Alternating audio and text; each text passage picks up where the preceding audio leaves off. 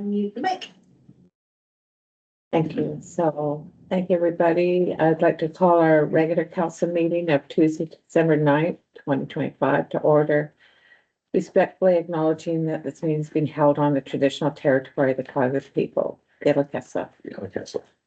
I have a late agenda item that I would like to have on the agenda under correspondence about water insecurity that threatens BC communities and our economy. Agenda expanded, excuse me. Counselor Texwell, seconded by Counselor Tidbury. All in favor? Carried, thank you. We have the minutes of the regular council meeting held November 25 for adoption. Moved by Counselor Dorwood, seconded by Counselor Tidbury. Any errors or omissions? All in favor? Carried. We have the minutes of the special council meeting held December 4th for adoption. Moved by Counselor Smith, seconded by Counselor Tidbury. Any errors or omissions? All in favor? No delegations. We have council action item report, November 25th for information and comments.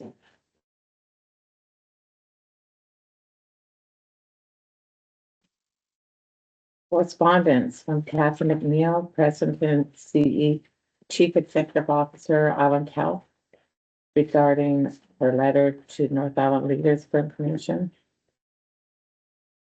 Comment?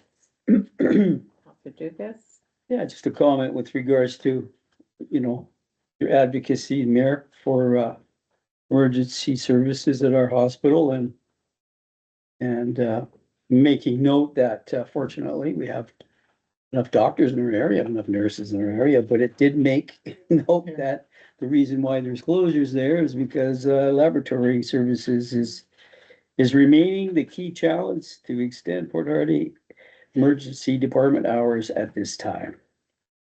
And then it talked about the continual collaboration and partnerships with our role as a partner, Island going.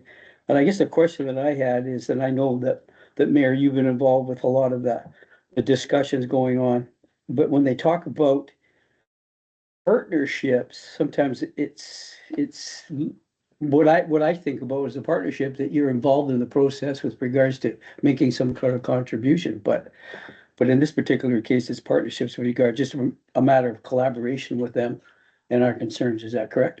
That's correct. Yeah. So we know that we're all working together to make it better, and I guess the other thing is it's, with regards to our participation and the regional's participation, with regards to attraction and retention. And, Fred, you're part of that committee with, Fintac, that how important that is to get that out there, right? And I know that we've been doing our part on a regional level as well to do that. Any comments with regards to that? Councilor? To put me on the spot? To the attraction and retention? Yeah. Well, yeah, I think Island Health has probably the best approach to attraction and retention in terms of creating places for people to live. Like over here. And that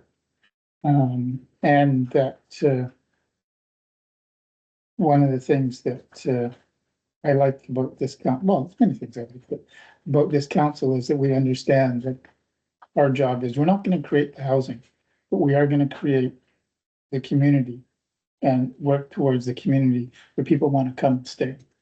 And that's our part of the deal. And I think we've got a ways to go, but I think we're starting off okay. Yeah, and I think one of the things with regards to the retention aspect is what our recreation department's doing with regards to keeping people in our community and having activities for them to attract families. And we're really looking forward to hopefully the opening of the housing across here in Columbia Street for that Island Health has built in our community to bring people in here to work. So I think it's all great. And the art training, art nurses for emergency stuff too. So, I mean, they're doing their part for sure. And not only that, a couple of the staff that were working at Island Health in that hospital in other positions have gone back to school to become nurses. And I was just talking to two of them, that should be done within another 6 months or so, and just been doing the practicum. Oh, And they awesome. fully plan to come back to our hospital. Good. That's a text small. Yeah, just reading the letter, I just, for me and all the stuff that we have to answer to as council too, is just timelines, just like, Mhm. realizing that obviously there's shortages for lab and, they're saying they're actively working on, but just nice to hear something like, okay, this is who's in training right now, this is how long we figure it's gonna take, just something that you can kind of push back to the community and say that here's a kind of a bit of a timeline on what we're looking at or something, right? It's just tough to not have any answers, right? It's my only issue with the letter at all. I was just gonna say, I think they probably don't want to do a timeline, just much like when we were opening the pool and we had a timeline and with everybody worked towards that timeline, but it wasn't possible. And so it was constantly saying, it's not gonna work. And it's gonna be, that's what I suspect. I can ask them. Yeah, But I would suspect they would not want to put a date on anything. And another question is, we're not the only region that's looking for That's right. people. And just, I did also want to mention too about the doctors, and we are in our community and the whole North Island really lucky. We have doctors for everyone that wants a family doctor, can have a family doctor. However, those of us that have lived here a long time know that's the cycle. We've had many. This is not unusual, this is unusual that we have full complement of doctors. And we know next year it might be different. Mhm. So it's a big cycle, so it's a challenge. And the other aspect of advocacy that we need to continually remind ourselves of is also advocating with post-secondary education about changing a model of delivery of education for things like lab tech and X-ray tech that addresses people in smaller communities so that they're not always having to be drawn away for years at a time to a program, that bringing the program up to where the students are. yeah, and it's like kind of like local nurses where like LPNs, such as my wife, were asking North Island College to bring a bridging program to Port Hardy so they don't have to leave Exactly. Yeah. and go They with have that, because it's families and impossible. obligations, yeah. Yeah, for sure. I agree, but it's, again, working with post-secondary education and changing a model Mhm. of offering it somewhere else rather than bringing it to where the need is. Mhm. It's my turn. Perfect. Thank you. Thank you. All right, our next item under correspondence was Coast Forest Policy Coalition regarding the pulp mill closure, which underscores the urgency of coastal forest prices.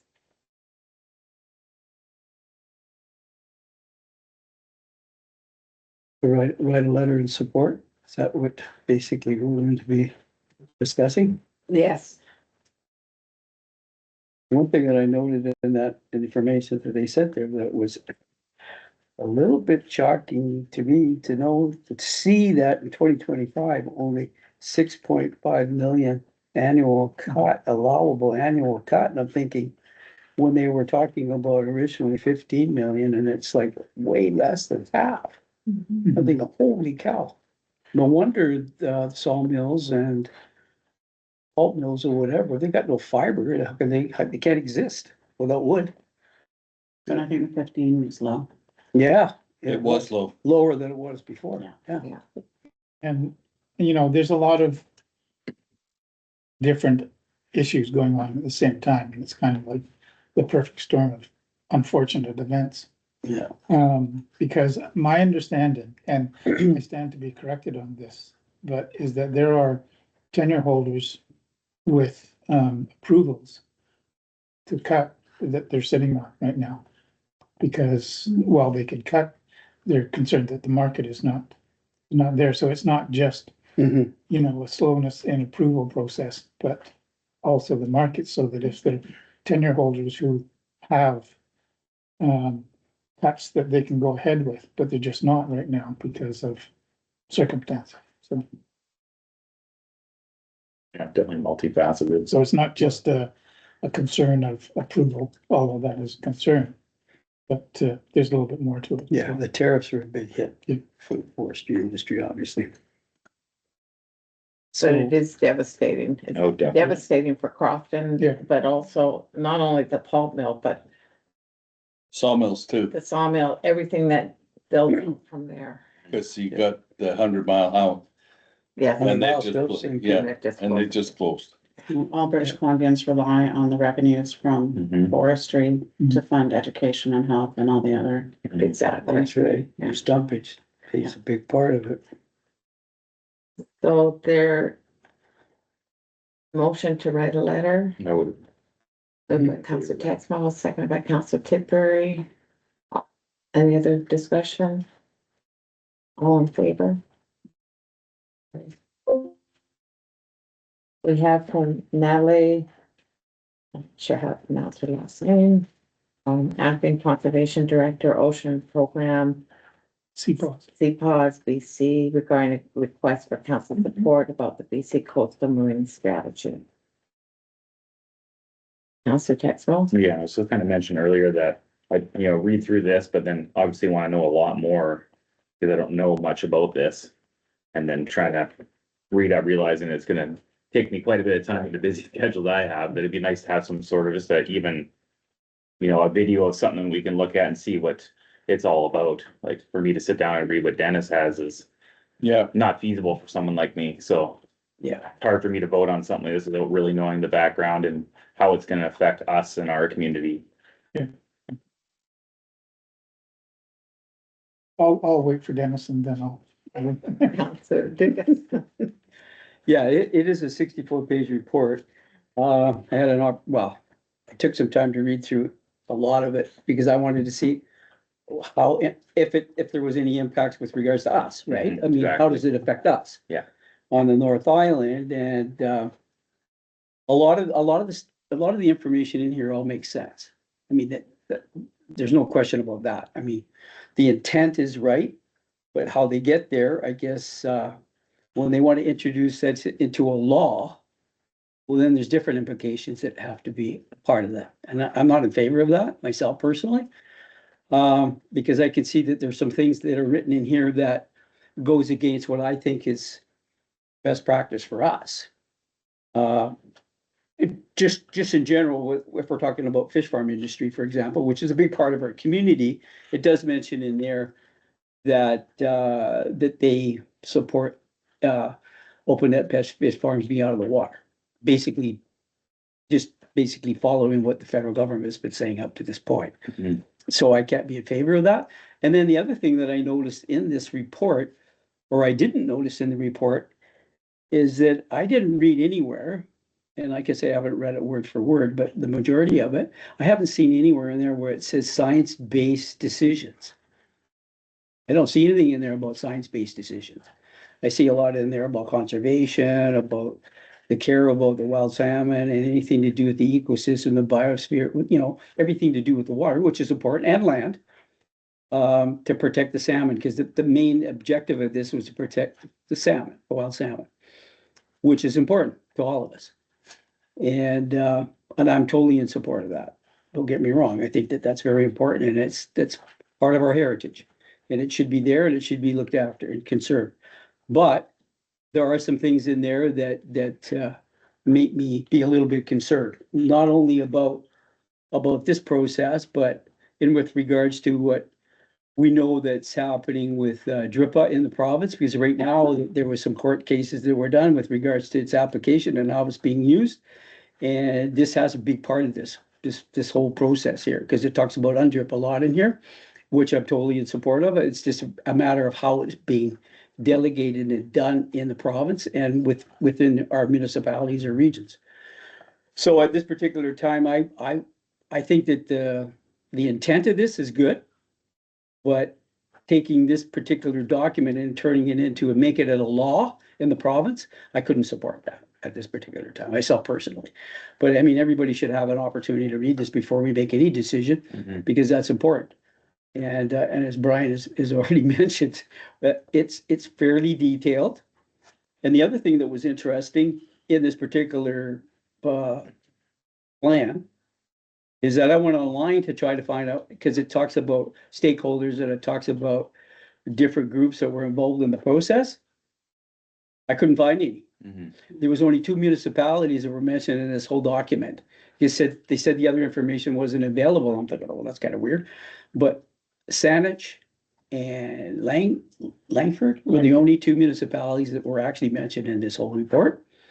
And the other thing is, there's 64 First Nations that are mentioned, and each name of them is in here, but they don't mention anything else about any stakeholders or other municipalities or regions that are mentioned with regards to this document and how it moves forward. Mhm. So myself personally, I couldn't support this with regards to going ahead and saying that we should support this. Myself personally, I would vote no with regards to making it into a law at this particular time. Mhm. Right, your choice. Yeah, yes, sir. I agree. Initially, my comment was going to be around, it's a document that not everybody is familiar with, and so Mhm. there's no point in passing a motion over something that we're really unfamiliar with. I was a part of, and I still am a part of the MAP process. Yeah. And Coastal Marine Strategy, when they were putting it together, did come to MAP, to the meetings and consult with MAP, which is made up of the province, communities, stakeholders, and mostly Nanakolas First Nations. At that time, there was discussions about finfish aquaculture. And there was no, no, I'm using memory here, and I haven't gone back to it. No outright statement of saying for or against finfish aquaculture. There were positive statements about a healthy marine economy and blue economy, and so I was a little surprised actually when I saw the part that Dennis just showed me actually, with respect to finfish aquaculture and the transition of open net pens out of the water. And it's an exact, as far as I can see, mirroring of the federal language, which strikes me, it seems to be that it was put in there subsequent to some of the consultations. So I'm a little, that concerns me a little bit, I have to say. But also, to put that in the coastal marine strategy, which is very clearly a federal jurisdiction. I mean, I'm not sure how you square that circle to have the province passing legislation about federal jurisdiction. Now, a lot of provinces try it and things like that, or municipalities will pass motions with respect to other things. But the coastal marine strategy is a strategy for the province to proceed on. But encoding it as in legislation makes it that much less flexible than it may need to be as time progresses. So while I think we would do well to learn the document more, to learn more about it, I would be reluctant to pass this motion at this point for a couple of different reasons. Comments? Councilor Droid? Yes, I had an opportunity to read the document as well. I looked it all over, but I did pay particular attention to the same, actually, 2 things that you pointed out, which was, which First Nations have been consulted and the aquaculture aspect. But yeah, and the other little bit of research that I did says that they haven't finished consulting First Nations and other groups. And they are still figuring out the legal aspect of it and funding, of course. And we all know, as we were told at UBCM, there's no extra money for anything. So, and yeah, it says the push is being put on not by economic sides, but by the environmental side. So I know it's important to look after our environment, but we need a balance between livelihoods, healthcare and education, and And that, so anyways, Yeah. I'm not prepared to make any motion either. Sounds okay. And as a great point you raised about like, where's this funding coming from? Cause that is a big driver in my mind, like, just it, like I keep saying, it'd be nice to have a Q&A, like be able to ask some of these questions and be answered these questions before we could ever make a decision. Mhm. Yeah. Could it be possible that we invite, the individual This is, to a meeting or to, a Zoom meeting? I'm not even interested in that. I Oh, read it's- through it and I see it's way far away from There, being enacted into legislation at this point. can I, yeah, if, asking somebody from the coastal marine strategy who were part of the development of the coastal marine strategy to come and talk to us, I think would be Yeah, a that- good idea. okay. Not the people who are proposing. CPAWS, I think they're a group that have, a particular, agenda, which is, fine, but I think if we want to learn about the coastal marine strategy, we invite people who Yeah. put together the coastal marine strategy. And there are people in our community that are on that coastal Yeah. marine strategy that, Thank you for that. That makes sense. much And more. that's probably what John meant. Mm. Counselor Tidbury meant. yes, Yeah. it was. Okay. Okay, so we'll leave that, no motion. Look at inviting someone from the coastal marine strategy, committee group. Yeah, it's actually part of government. I think it's Walrus Water Lands and something or other that was responsible for putting it together. It was, the ministry changed as they were going through it, but I think that's the ministry that was responsible for. One thing I did notice about the group that was on that committee, the Quag Youth, they weren't mentioned in there, which was kind of funny. I thought I looked at all of I've them. mentioned before, my concern with MAP has always been, and I say it, they've been a little tired of it, but is that the non-Nokomis First Nations don't include, Goslanakta, Quatsino. They were Quag Youth. that group. Yeah, but non-Nokomis doesn't include it, so there's a No. big gap in, Who's who? It didn't mention Kwakwaka'wakw either, I know, as regards to the region, the group. non-Nokomis is, I thought that was the language. yeah, so. Okay. All right. So I'll leave that one for now.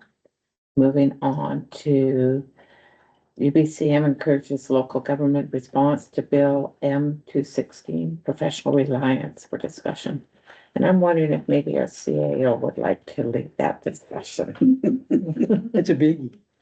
Lead the discussion. Thank you very much. We've had very short discussions regarding this and, just recently, as of today, I've let council know that in addition to all of the letters that are coming from, various agencies, even our insurer has, responded as well. So MIABC has responded with the, overarching of this particular legislation. So just in a recap, what the legislation is being introduced is, it basically would be requiring professional reliance, that if a municipality was to receive drawings for a development in town, that the local government would have to accept those if those drawings were signed off on by a professional Yeah, registered engineer or registered professional. And that the local government would not be able to review those documents with their own internal whether it be professional engineers or whatever it happens to be able to refute any of the information that's contained. So as a result of that, what would end up happening is very similar to how the building code is done. The basis of what this purpose is to actually take away that that continual check-in. And so when you're doing like a building, for instance, The building code, it applies to all buildings in British Columbia. Nobody has any special rules or anything else that are outside of the building code. So the professional reliance in the building code would apply for all municipalities. So if you submit to me a building application and a certified registered professional signed off on that, we accept that application and we accept your letters of assurance. That means that you now, as the professional engineer, have taken on the liability of that to make sure that that building is built in accordance to the regulations that you have set forward, and that liability transfers to that individual. And now the local government no longer has that liability. In this particular case, this would apply to all development, and it doesn't have to do with the building code. It has to do with things like slope stability, subdivision servicing bylaws, riparian areas and things like that. So then you would be relying then on that professional to have checked all of your own bylaws internally, which could be 186 different bylaws across the province of British Columbia, which are all different. And now you're relying on that engineer or certified registered professional to ensure that they've done their homework and accept that. And then the only way that we would be able to question it would be if we went to the province and asked for the ability to send it for a review, which then still delays that process. And I understand what the spirit of it is. It's the spirit of it is to transfer the liability from the local government to the professional registered professional, and then basically transfer the liability. However, that being said, the liability would still transfer to the municipality if said professional made a mistake. And there could be something that comes down the pike. They might no longer be in business anymore, and those kind of things would come forward. So just in terms of what we received from Lidstone today, Log, one of the things that he says at the bottom of his briefing note is, a building code amendment takes many years with wide consultation. So why would the government undermine decades of scientifically effective safety regulations and their traditional professional application? So this is where the issue is, and this is what everybody is calling for, is that there needs to be a wholesome discussion about how to protect the local governments going forward to make sure that we don't end up with unnecessary consequences that might come forward. And I realize that in some context, you know, one house is different, but when you're looking at 100-unit subdivision or potentially 200-unit subdivision or even large apartment buildings, if you're looking at water and sewer and somebody inadequately designs the water and sewer or even the roads to go along with that, and they don't meet any of our regulations, it makes it very hard for the municipality to grow further in the future, but also could be liable for any ramifications that might come out of that. Yeah, and the other thing that was interesting, I'm sorry. That's right. Yeah, thanks, Heather. I know I have said at this table in the past that the likelihood of private members' bills ever seeing the light of day is slight. That being said, this private member's bill has already passed second reading, and it's at the committee's review stage. And there is an opportunity now, which is why we're seeing all these letters, for public consultation. But the deadline is January 6th. So if we want to, I mean, we could either write a letter ourselves, or we could simply read somebody else's and say we endorse this letter as a way of, if we want to make any comment to it. But it's interesting that really, if it's the understanding of the bill is that it's going to increase liabilities and insurance costs on municipalities. At least that's the anticipation. And I think that's what Lidstone says too. And that is also what our insurer. Yeah.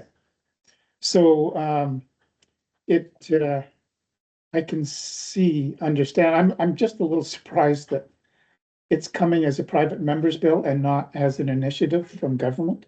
And it's kind of I mean, if it's going to pass through the legislature, then it should actually go. Everybody's looking at their phones or at their keys. It should actually go, Oh, somebody. have been presented as an initiative of government as opposed to coming through as a private member's bill. That being said, this is what we're dealing with at this point. But anyway, yeah, if we address it, we can probably read one of the submissions already and endorse that submission. So. Okay, Councillor Dugas. Yeah, and the other thing that I noticed in that, the letter that was written from Cornell and some of the other information I read is that the developer can go get that professional certified person to put the application in and get it certified. And so it meets the development's Yes. needs or concerns or monies or whatever, but may not meet our needs, like as a municipality. So there's a lot of there's a lot of things in there that just don't A lot of look good. concerns. But when you were saying about Port Moody and the letter from Port Moody and Cornell, I like the one from Cornell only because it's talking about small, rural, remote communities and the impact it has on them.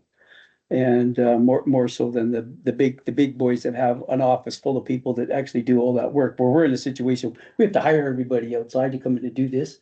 And we do that because we have control of that. Right? We can pick the people that we want to because we're confident in them and they know that they're gonna do a good job for us because they know us, they know our community. Where these people that come in could be somebody from who knows where that's gonna come in and try to do this development based on the developer's requirements to try to keep the costs down and make a lot of money, but doesn't take into consideration ours. So I like that letter from Cornell. Yeah, it was a good letter. I thought it was pretty Yeah. good, yeah. I'd like to make a motion that we write our own letter. I just think it would be better if they got like Mhm. 200 letters at them instead of one letter with 200 signatures. Yeah. It's like Motion, Seconded by similar to Counselor. Cornell's letter. expressing our I'm sure they wouldn't even concern. carry it carefully plagiarized it. No, we won't. Cut and paste. Yeah, it's, Any other comments? No, I think we should send a letter. You're only back 2 minutes. All in favor? I'm just really glad that they extended the deadline, because when I first asked Mhm. for this to be on, it was due tomorrow, I think. Was it December 2nd. December, right, so he admits the deadline, but now it's extended to, January? January 4th. 6th. Well, it gives us some time, man. Yeah, Well, not with Christmas coming up, but No. Just to kind of put a finer point on it, really interestingly, if the professional governing, so if the professional is dissolved or becomes insolvent, the local government could be jointly and severable liable. Wow, I was on vacation for 3 weeks. Except for Vancouver, under its separate liability protection, so that means that if a village or a town is found 5% liable, it pays 100% of the liability. ouch. That's what separately liable means. Or jointly liable. Yes. Have, any of the professional associations, like whatever the professional associations that the governing body for engineers, for professional engineers, have they weighed in on this at all?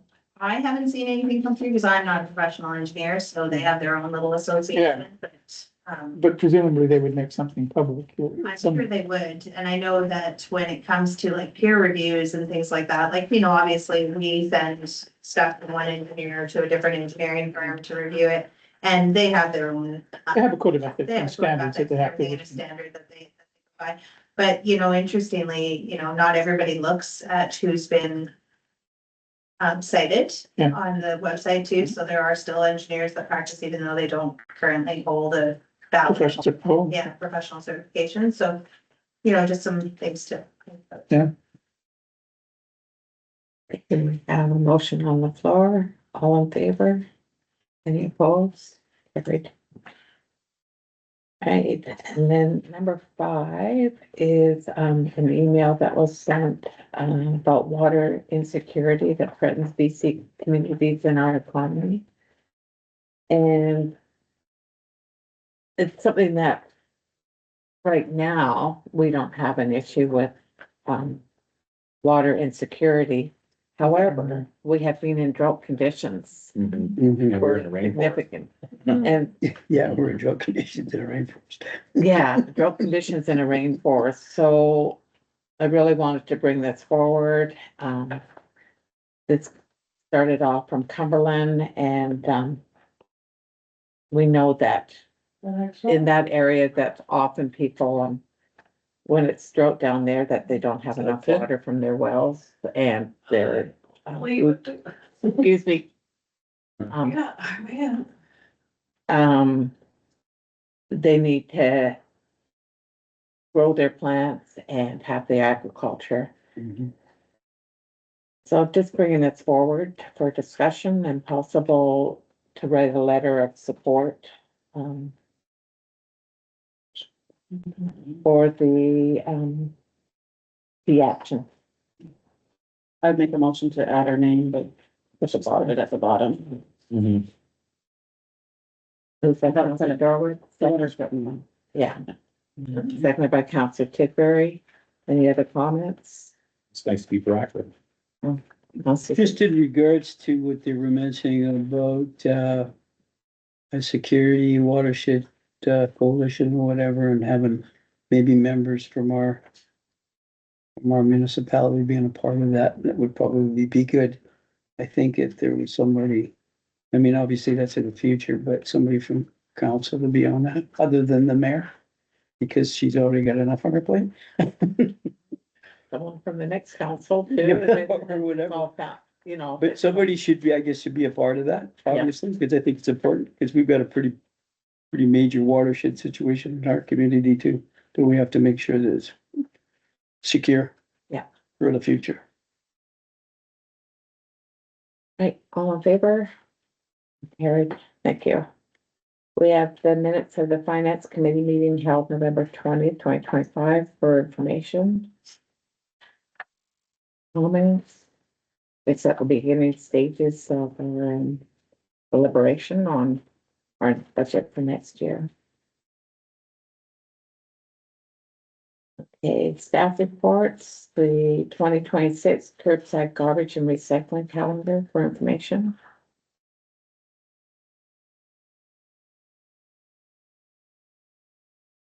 So that's pretty straightforward.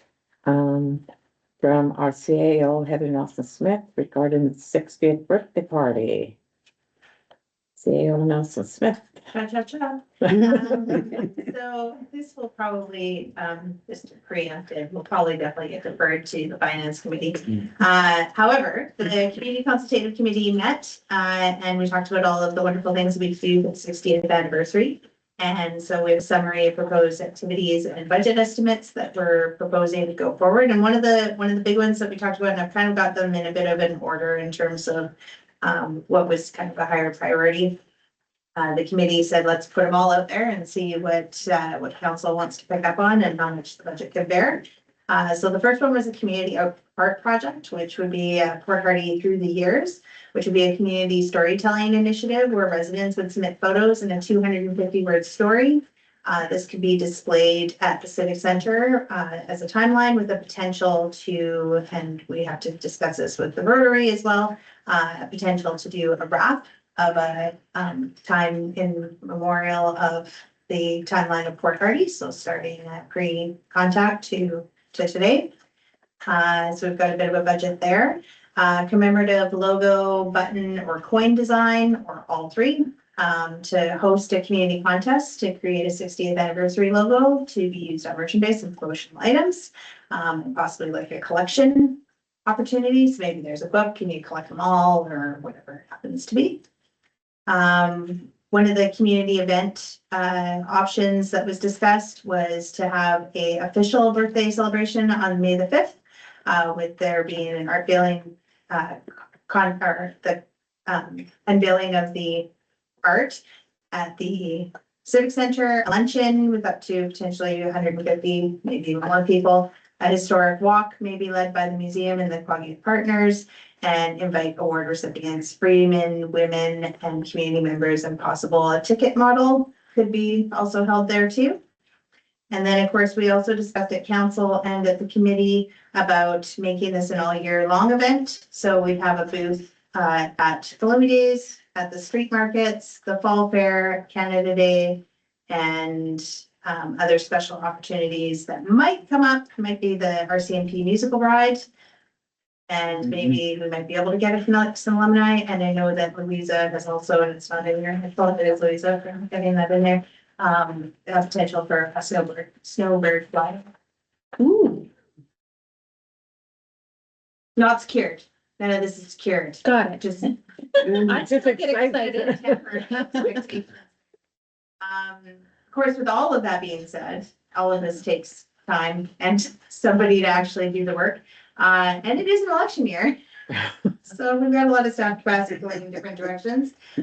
So as your CAO, I would propose that if we're gonna do some of these, all of these, or a smattering, maybe one or two, that we look at getting somebody who can actually coordinate that through event coordination. Absolutely similar to how we've done the street markets, and have somebody actually lead that to make sure it's done right.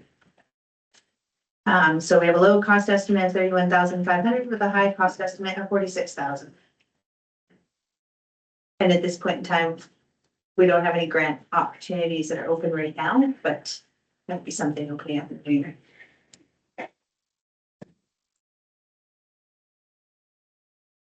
That's all for Counselor George. I like them all, but. of Me course, too. comes down to the money, but, I think we just defer this to finance and we'll have to decide along with the money, which events, I think. So I would move that you refer it to the finance process. I would say. Counselor Jacobs.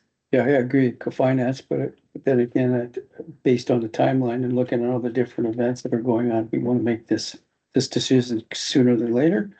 So we can move ahead, so the beginning of the new year, like quickie, and to get, if we're gonna get somebody, want to get somebody on board right away and get going on this, because just to organize this and to try to get this thing moving, it's gonna take time, and time goes fast, as we all know.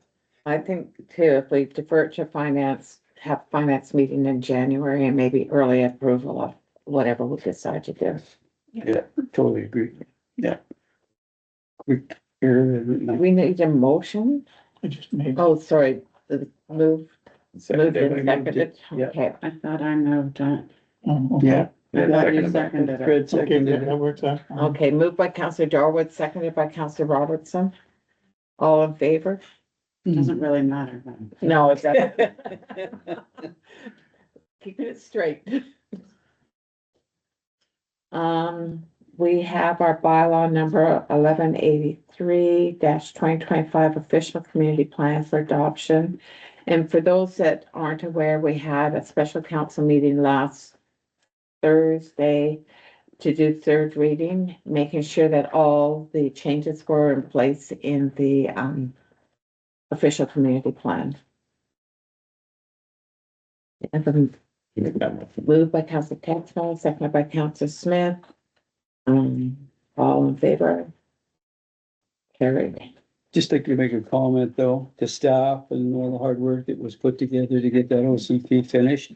Really appreciate it. I know it was, The blood, it sweat, and tears. was, yeah, blood, sweat and tears to get it there, but we're there and good work. Really appreciate all the work that you guys put into that to get it to us. Yes, thank you very much. Okay, bylaw number 1186-2025 revenue anticipation borrowing bylaw for adoption. And again, just stressing that it's never been enacted. It's just preventative, but we still have to have a bylaw.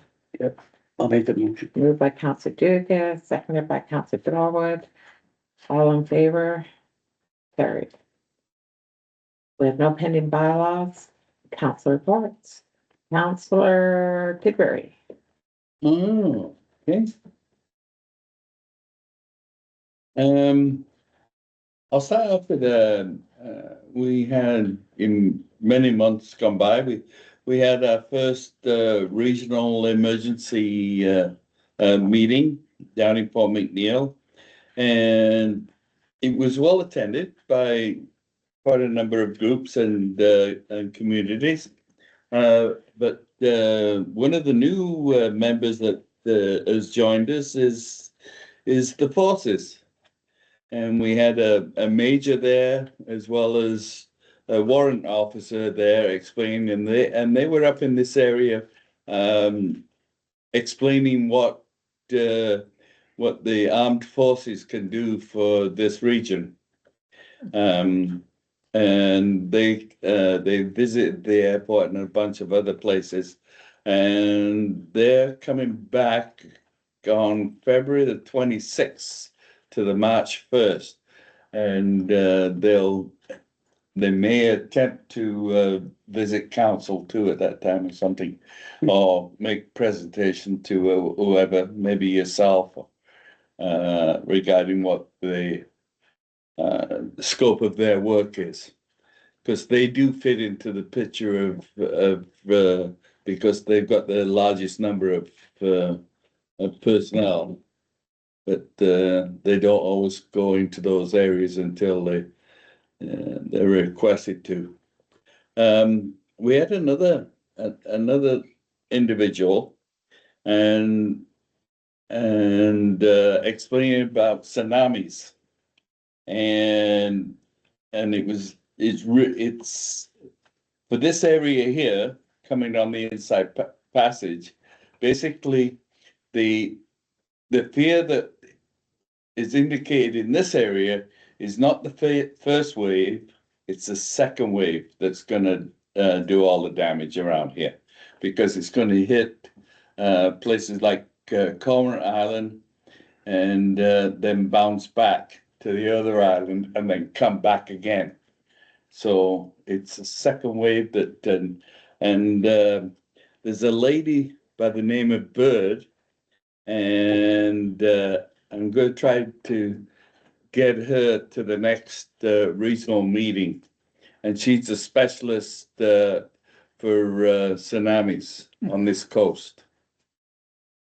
So, and some of the things we talked about on tsunamis, where our warning system is, and we all know that we get our information from the stateside towers that are on our coast. But it was a good meeting, and we have a new regional representative by the name of Matt. I think it's Matt Andrews, I think. Matt Arnold. And he's the regional rep. He has he's also a keen caver, so he's also going to promote his business up in this area too. So it was good to listen to him. I attended the CBLAC meeting. That's the seniors regional meeting for all the seniors, and actually it was basically a Christmas lunch that we had, and we did a few discussions there, and we're waiting for a new coordinator for CBLAC. We just basically finish up with the hamper fund, Gazette hamper fund. We wrapped all the gifts last night, and we have enough for this year for all the gifts. But and we mentioned it earlier before the meeting about toys. There's nowhere to buy toys in town. You know, we're very limited to the Red Apple and places like that. So And Hardy drugstores, but Yeah. not a lot. not a lot. And we're talking, you know, like our magic number is $20, and stuff like that. We will be handing out the hampers on the 13th, around about 9:30 in the morning. Attended the district dinner, and I did the seniors dinner at the Civic Center. It was well attended, and we had some great entertainment there. And talking about the seniors, I took the seniors down to Chemainus. It's the yearly trip to Chemainus. We had 20 seniors go from Hardy down to watch the theater in Chemainus, and then we come back. And we saw Elf this year. It's well worth the visit, and it's a fantastic show, to let you know. And that's basically it, Matt. Thank you. Counselor Smith. Thank you, Mayor. November 27th, the Magical Festival of Lights. That Oh, I miss those two. unbelievable. What a wonderful community event. Everyone involved that made that happen. It literally felt magical with the boats and it's just amazing. I really enjoyed it. November 28th, we had that rally for the hospital being open 24/7. Thank you, Mayor, for saying your speech for that. November 30th, the Santa Parade. That was also super cool. Really neat. Kind of like, now what do we do? You know, it was kind of a quick event, but really cool. December 4th, we had our finance meeting, and then the 6th, well done. The district Christmas party was really nice as well. It was nice to have it at the curling rink. I didn't get on the ice, but we need curlers. I haven't been on the ice in 20+ years. Maybe it's a good thing I didn't go on the ice. There was emergency sauce. And that's Thank you. Counselor Texmo. Well, due to some untimely events, I was unable to make the last couple of council meetings, but I'm back. Hey, Brian. Yay, yeah, the Festival of Lights was amazing. I'll reiterate everything about that. That was awesome. Coming from some parent that brought his kid there, that just was amazing. Kids are running around having a great time, and Santa comes around and all the hell breaks loose, but Yeah. no one got trampled, so it's good. No, that's awesome. That's a huge thank you to Cora and K&K for putting that on. Like they, like we donate some of our time, but they were down there nonstop, like constantly, and everyone else that was down there with them, they did such a good job. And I'm proud of our community for putting something like that on. And I'm also competitive with McNeil too, so I always thought ours was pretty cool. So. But that was great. The Santa Parade was great too. I was unable to make that rally for emergency department closure, but thank you to the mayor for stepping up and doing a speech for that and speaking to not only our application, but just having some of the existing healthcare workers back, saying that we need to appreciate them more for what they do. So well done. I'm looking forward to some events coming up, put on by our recreation department, like the Winter Wonderland and the New Year's events. It's going to be great for the kids. The Christmas Bazaar that was on Saturday, that was called Christmas Bazaar. Holiday events. Holiday events, yeah. So that was great. Just another event that was packed full and tons of vendors. Well done. Awesome. There's even great food there. So yeah, lots of great community events, and just makes me proud to be part of this community. So well done for everybody, and looking forward to a much needed break with holidays and all the rest of you, but good for me. Thank you. Counselor Dorwit. Yeah, just attended the Festival of Lights like most of the council here, and yeah, Cora and her crew just super dedicated, but also huge amount of support from businesses all over. Great. Really generous community support, so that was really great. From the Santa Parade, and then just the finance meeting that's in the minutes, and the Christmas party, which was put on by the social committee of the district, and it was fantastic. It looked like the biggest attendance I've seen, so it was great. Obviously, it was a pretty happy bunch of employees, so that's really nice to experience. That's it for me. Thank you. Counselor Robertson. Yeah, thank you. So I was also at the rally for the year, and I really do have to thank the mayor for her comments. They were really right on the money, and sounded a really good note of our concern and our actions and our advocacy and support for existing staff. So yeah, it was, I think, really well done. So thank you. Thank you.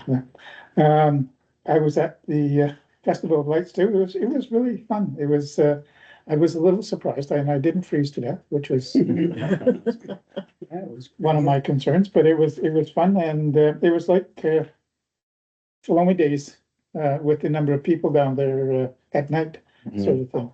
Mhm. So it was yeah. Cora did a really good job, and all of those people involved. I can't remember. Have we met since we had that information session, AVIC session with the lawyer about the Cowichan decision Oh, in yeah. Richmond. That was after our last council meeting. Yeah, so Oh, right. I sat in on that and it was an eye opener, to say the least. I'm looking forward to getting some, I haven't seen any of the materials that have come out from that yet. I think they were gonna circulate them. I forwarded to him. Okay, I just missed it then, so, I'll but read it. it's, as a community, it won't happen for, the challenges won't happen for a few iterations of council, but there will be some potentially significant challenges.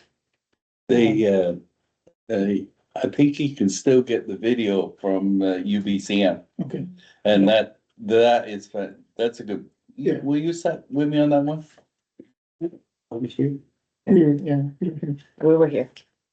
No, the UBCM one where, Oh, when they talked about it, yeah. yeah, Mhm. Yeah, This was a pretty, from my perspective, an in-depth Very analysis in of, depth. Yeah, yeah. so it was, eye-opening and, yeah, stay tuned. It's got, courts of appeal and Supreme Court of Canada. So it will look different, but, it was definitely interesting and how it will impact municipal governments. I was also able to attend, Oceans Protection Plan, seminar in Vancouver last Tuesday. And I haven't quite decided my attitude about it, but it was interesting. And it talked about the Northern Shelf Bioregion, which is part of, from Comox North sort of thing. And it was talking about environmental recovery from ship source marine spills. And so the response and recovery. And it was also talking about the shipping, marine shipping as it currently exists. And potential impact of oceans, of oil spills in there. And it's, when you look at the cargo traffic that's going around, not without even thinking about the oil tanker traffic and in the south and the current a moratorium on tanker traffic in the north. It's a massive issue, and so, Mhm. and this was a consultation. There were a lot of First Nations from the northern areas there that were speaking about it as well. So that are involved in not so much the discussion about whether there should be tanker traffic or not, but just about if there's a spill, what is our response? How is the hierarchy of that response going to go? Who's going to do what and who's responsible for what, which is pretty important too. So I was glad to have the opportunity to go. And thanks to Miranda, who had to adapt to my changing schedules all the time and got me there. There was also a joint statement there from First Nations, coastal First Nations, that was quite clear on maintaining the moratorium on an oil tanker movement in the northern waters. So that was also pretty clear. But that was certainly not part of the discussion during the seminar. And the last thing I wanted to mention was that we have a letter being prepared to go to the Fisheries and Oceans Minister Thompson. And I was looking for some information, was able to talk to Mike Kelly, and he sent some information about the impacts, the economic impacts of sport fishery, particularly in our area, which is significant. Right now there is a discussion paper being put together on access to the salmon fishery, specifically the salmon fishery. And I think John may have mentioned this at one point as well. The deadline for submissions is January 9th. Yeah, that's it. Now, I know a lot of people were around here, charter boat operators and other sport fishers, like myself will reply that, but I'm also, and I know it's a short span, wondering whether our community, our council, should put in a response, about to that salmon fishery. I don't know that it's logistically possible by January 9th, but, I would encourage everybody to, we can at least put it out, the link to the, we have the link, on our webpage or anything? But it would be interesting to put that out there and, because I think it's important that the feds hear about the important. I understand that some of the discussion is, the heavy sport salmon are Chinook and coho, but they're looking at restricting recreational anglers' access to those two species, which would be unfortunate because right now they're the backbone of the sport fishery on the coast. So I think it's important that that's maintained. So anyway, that's me. Thanks. Thank you. Counselor Dugas. Thank you, Mayor. Yeah, just to reiterate what Councilor Robertson was talking about with regards to the Cowichan Tribe ABICC discussion that we were able to sit at.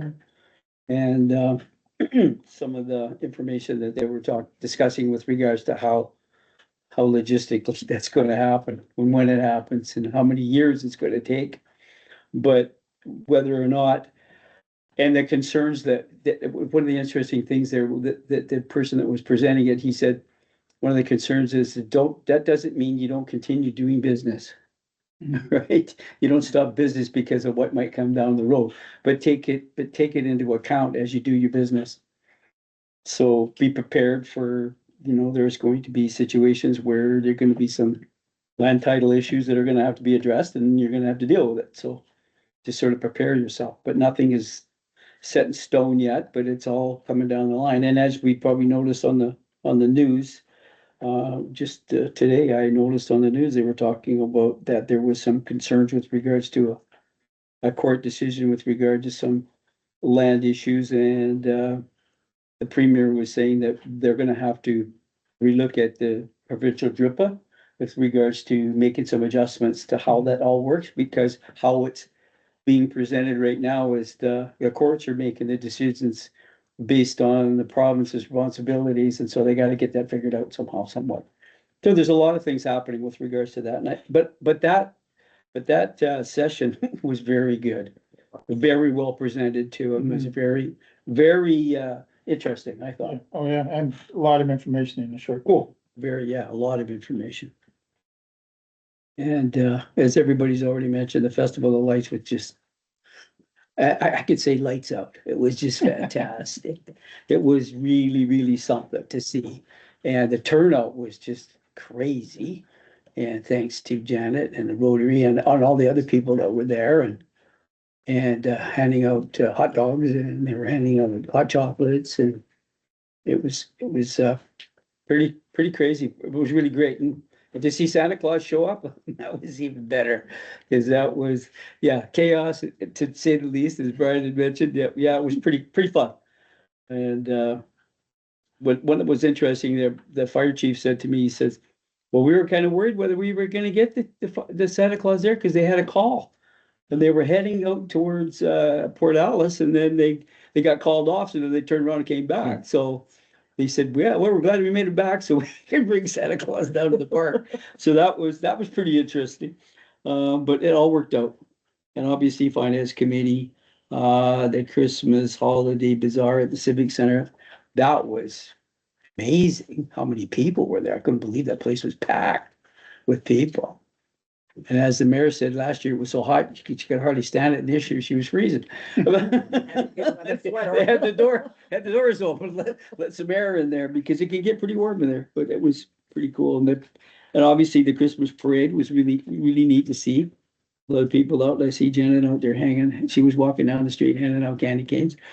And getting everybody all zipped up for the evening. And district party was fantastic. Seniors dinner that they had was really nice at the Civic Center. It was really well done. And had live entertainment, which was really pretty cool. We had a young lady, I can't remember what her name is, the one that plays the violin. She, do you remember what her name is? You mean just that she was doing her last? Yeah. She works at Guido's. At Guido's, yeah. She's really talented. She did really good. And then Deborah Cook, she was doing some singing at Christmas songs and stuff like that. She was very good. She's got a nice voice. Very nice voice. She did really great. And obviously the rally for emergency, I was able to attend that. And again, reiterate what the other councilors are saying. Our mayor did a fantastic job in presenting our opinions with regards as a municipal mayor and councils and all the work that we're doing to advocate. And I think that, as it's already been mentioned, that your comments with regards to being so thankful to the people that we have here now, the ones that are working here now and all the hard work they're doing for us now and dealing with all the situations they have to deal with and giving them the support, that is really important. We talk about attraction and retention. That's a big thing. Thank you. Goes a long ways so people feel like that they're appreciated in our community. And thank you, Mayor, for doing that, because I think that was very important that was brought out. And unfortunately, you're the only one that did mention that at that rally. And it just shows where we're at with regards to how we care about the people that are in this community and what they do for us. So thank you, Mayor, for that. That was awesome. Other than that, this is our last council meeting of 2025. Ho, ho, ho. Oh, ho, ho, yeah. And I'd like to thank all those in the public that have come out to be a part of our council meetings. It's appreciated to see people out here. For many years, we sat here as mayor and council and nobody showed up in their municipalities. It's like nobody really cared, but now we do, the people care, and thank you for coming. We really appreciate that. And again, I'd like to thank our staff for all the hard work that they did in 2025. You do a great job. We really appreciate it that you're here for us. And everybody on this council table, thank you for what you do, and we appreciate everything you guys do too. And we're looking forward to a short 10 months next 2026 before the next election. Thank you, Councilor Dugas. So one thing that Councilor Dugas didn't mention, and he was in attendance at the celebration of life of Chief Willie Walkus, Yes. who was a very integral part of the community and very well respected by many, many people. And so respected, even though they haven't done the official opening of the Guasala and Aquada Big House, they allowed the family to have the celebration of life at the big house. And I would say probably there was around 600 people in attendance. Or at least or more, maybe. Or even more. It was pretty packed in there. And as well, there was a huge contingency of RCMP that came from the Lower Mainland to show their respect for the family and be in attendance. So that was very, very, a very moving celebration of life. And what a beautiful venue. Oh my gosh, It's it's amazing. incredible. When they have the grand opening, I would highly recommend people go to it because it's just Amazing. the most incredible building. Yeah. And the carvings, the beams, everything is just immaculate and beautiful. The Festival of Lights, thank you to Cora Nelson and her team that worked together, but as well to, as Councilor Dorwood said, the sponsors, the Rotary, the businesses, it's just amazing how a small community can come together like that. And this is year 3, and each year it just gets better and better. And as well, our master light decorator from the district putting up the lights around. He's Richard Bose was telling our CAO he's going to figure out how many what was it, Kilometers. how many kilometers of lights have been strung up by the district. So pretty neat, and every year it gets better too. And I think just because the impetus to make it brighter in town. It's very nice, and our Department of Recreation is doing a twinkle tour or a twinkle tour map, and so if you have lights and you want people to go down your street, make sure you put your street address on there, and I know the Crisis and Counseling Center is partnering with Sickle Friendship Center, and they're lending out their bus, and they're gonna do a twinkle tour with the cool. bus. Cool. And I just think it's really, really nice where you're getting the partnerships happening, and the town looks so great, and it's nice to drive around. And Counselor Dugas's house, is it on the map? I haven't told them about that. You should get it on the map, and Counselor Dorwood's house should be on the map. That's just too. Eagle Crescent, east and No, west. no. The whole deal. She's writing it down. And the rally, yeah, that was, a little challenging. I do have to say that, I have had some feedback from the health workers in particular, saying thank you very much for acknowledging them and all their hard work, and Perfect. they really appreciated being acknowledged. And I felt it was really important Mhm. to stress how much we appreciate the health workers that we have in our community. And it's the ones that work at the hospital, it's the ones that work in the physiotherapists, it's the private docs, it's the pharmacies, it's everyone that's working to try and make our community as healthy as possible. Those of you that, so every year I try and volunteer at the Salvation Army ringing the bells, and so I did my first shift last week, and I have another shift coming up. People are so generous, Mhm. and so that was really good. And at the Integrated Safety Committee meeting this morning, which leads into they're doing, many of the service providers are meeting on December 16th, and they're calling it Gift of Life, and the service providers will have tables out, and mainly to help people where they can get services, the crisis center, mental health and addictions, that sort of thing. Mhm. But also, if I could just Yes. add, it's also an opportunity for the community to come in and find out what services are available as well, so, and have conversations with the service providers. Until 4 o'clock. When is that again? It's on December 16th from 12 to 4. So I was gonna bring that up again under information and announcements too. Who's hosting that? I got the note, but I didn't say who's hosting it. We're kind of jointly hosting it. Okay. So we had originally planned on having one event where it was gonna be similar to the naloxone training, where we had the service providers there, and then there's also the Gift of Life celebration that happens. Gift of every Life, year that, Building Blocks puts on and has for the last 15 years. And so because all the service groups are already gonna be at both, it was decided that we just hold it all together and then just open it up to the entire community, which has always been open to the entire community. It just hasn't been publicly advertised that way. Mhm. So it is available to anybody to come and drop in at any point to have a discussion or share a meal or whatever it happens to be. 16. We're 6. Civic Center. And they're doing a catered turkey dinner. Wow. Oh, wow. And that's December 16, you said? Yes. Yeah. Lunch is at noon. You'll be at oh, no. No, you'll I be- I'm at- You- You will be. I know.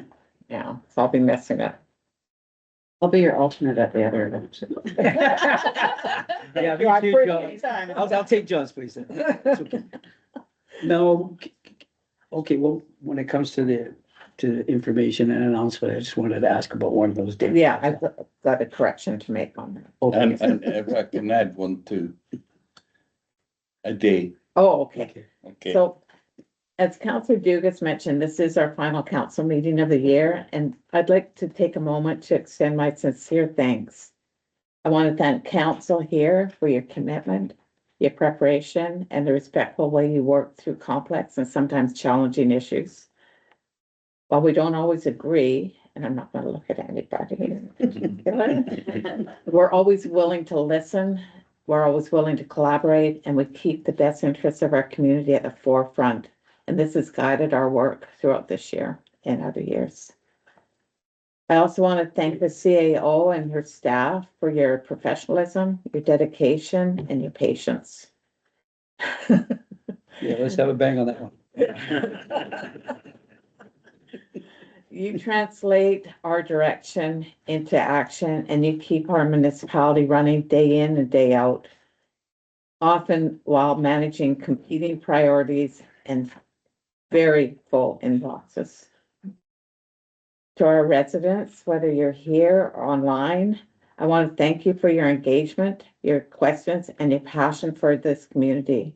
Your voices, whether shared in person, by email, or by phone, you help us inform our decisions and keep us accountable. So as we head into the holiday season, I hope everybody has an opportunity to rest and spend time with family and friends. I hope your coming weeks are peaceful and that we all return in the new year refreshed, focused, and ready to continue this important work. So thank you, everybody, and Merry Christmas. Mhm. Mayor. All right, information and announcements. December 15th, coffee with the mayor. December 16th, the committee of the whole is at 4 o'clock, not 3 o'clock, and it's on our council calendar. Change that right now. Well, no calendar, right? I know, I didn't look at you. What are we doing there? Oh, this is something talking about the ops and the park and rec committee structure. Over. Okay. Are you gonna be back in time, 4 o'clock? Maybe, but I don't have to be there. I'm just 1 of 7. I know, but we were hoping you were gonna be there. Chicken. You and John. That was the only one that could work. We probably will be back in time. Yeah. Tom. Okay. Yeah. And then we get into January. Huh. January 13th will be our committee of the whole and regular council meeting. February. On Saturday, December the 13th, seniors, how to be a seniors, is put on the bake sale from 11 to 2 p.m. It's So a date again. get your bakery. That's on the 13th, And from 11 to 2. the night before, the Rotary Christmas caroling's coming. Yeah, oh, yeah. Coming to the Rotary, streets of Rotary. Yeah. which is always a great event. Weather permitting. What? Oh, Well, it's looking okay, no panic. What do you mean? Oh, Permitting, isn't weather it later permitting. time? Oh, No, Wait. Santa and his elves can't get hypothermia. He has to make it to Christmas. It's looking okay right now, but it's literally like every day when you look, it's different. Yeah. It It was, changes, yeah. it was gonna be pretty heavy, now it's heavy rain. Now it's just rain. Oh. And it looks lighter in the evening, but it could change, so. Yeah. I mean, hopefully, Hopefully. because it looked worse on Saturday, so, Oh, that's too bad. anyway, Okay, it's Friday. anything else? Okay, we have no notice of an in-camera meeting. Motion to adjourn. Council Dugas. Quick draw. I got the last one. All right, questions pertaining to the agenda. Tammy, Linda, just Oh, one sorry. quick one. The May 5th for the 60th anniversary, May 5th, was that a special date for